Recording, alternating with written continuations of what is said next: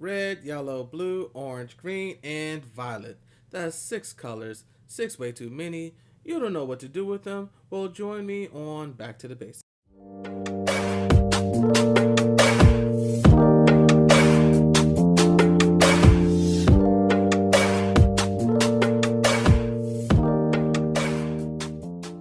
Hello, everyone. Welcome to another episode of Back to the Basics.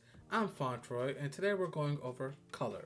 Color could be such a difficult thing to deal with. There's so many different factors to have to worry about when it comes to your art piece.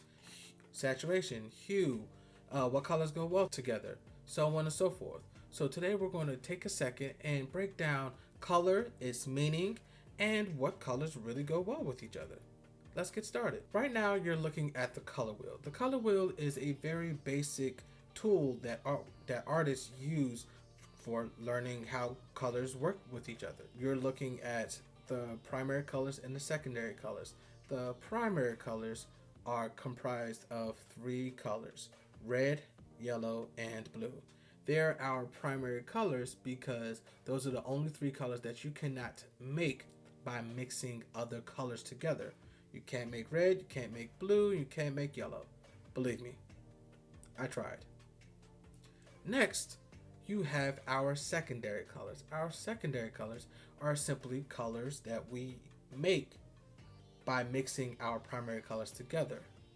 We make orange by mixing yellow and red. We make green by mixing blue and yellow, and we make violet by mixing blue and red.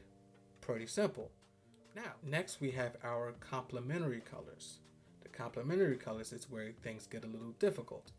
So, the complementary colors, and just how it sounds, complementary, the color complements the other color. It makes the other look good or look better, whatever wording that you really want to use for it. Red is a complement to green. Blue is a complement to orange, and yellow is a complement to violet. You would see that every primary color has a secondary color as a complement, which, I can't really break down the science to it, but that's how it works. So these colors, their dynamic work well when they're sitting right next to each other. If you put yellow next to violet, one pushes the other forward and the other steps backwards to give you a very beautiful dynamic. And that's why they're considered complementary colors. Later on in this video, I'm going to show you a couple of complementary color eye tricks that would help drive home my point. Now, while complementary colors look good together, they don't really do well when it comes to mixing. I tried mixing them before and it's given some mixed results. Next, we have warm and cool colors. Warm and cool colors are simply when you take a line and strike it straight through the color wheel.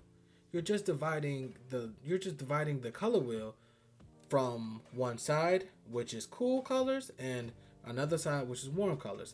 When we say warm and cool colors, it's just simply how they are applied or how they're viewed by the audience, okay? Colors such as blue, violet, and green could be perceived as cool colors, while colors such as yellow, orange, and red could be perceived as warm colors. Now, based on how you change and toggle the hues and saturation of these colors, you can get some different results based on how you decide to treat them. Now, of course, you can use the two to complement each other. Remember that? Complements. Exactly. We're going back to it. As you see in this drawing, I'm working on an orange planet with a purple background. The violet is going to help push the orange forward, and the orange is going to help push the violet backwards. One is feeding off another. Cool and warm.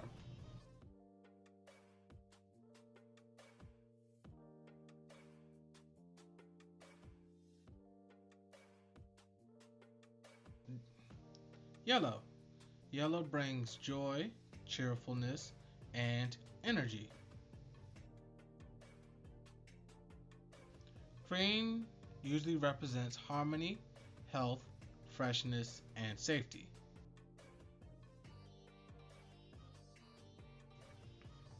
Red, my favorite, represents fire, blood, usually associated with energy, war, danger, strength, power, determination, and passion and love.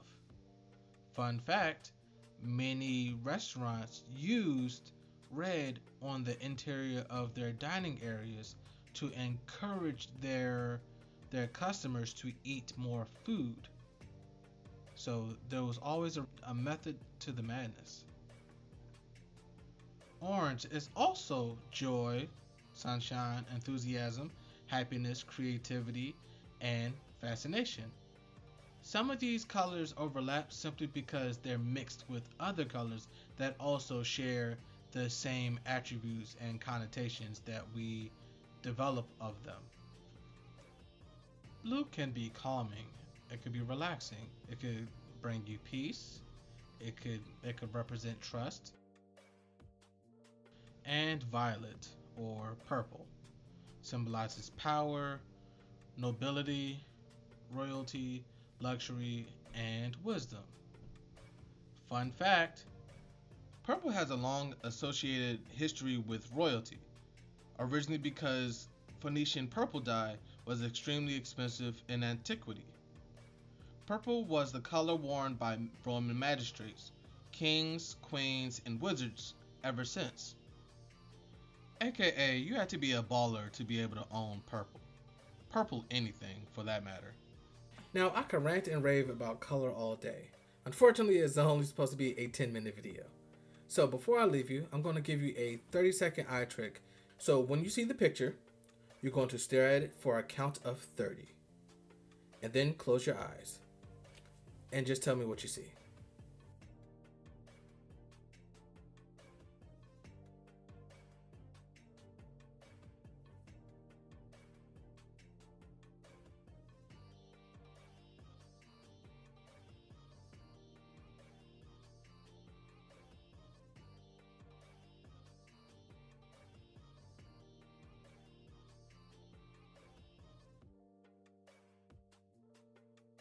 Color, complementary colors, and knowing cool colors and warm colors will help you provide depth to your art piece. And that allows you to do a lot with it, to be honest.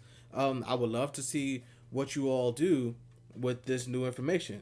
If you have any pieces that show exactly what I'm talking about, drop it in the comments if you can. Can you do that? I'm sure you can. We'll figure it out. But yes, thank you for joining me, and I'll see you on the next one. Two fingers.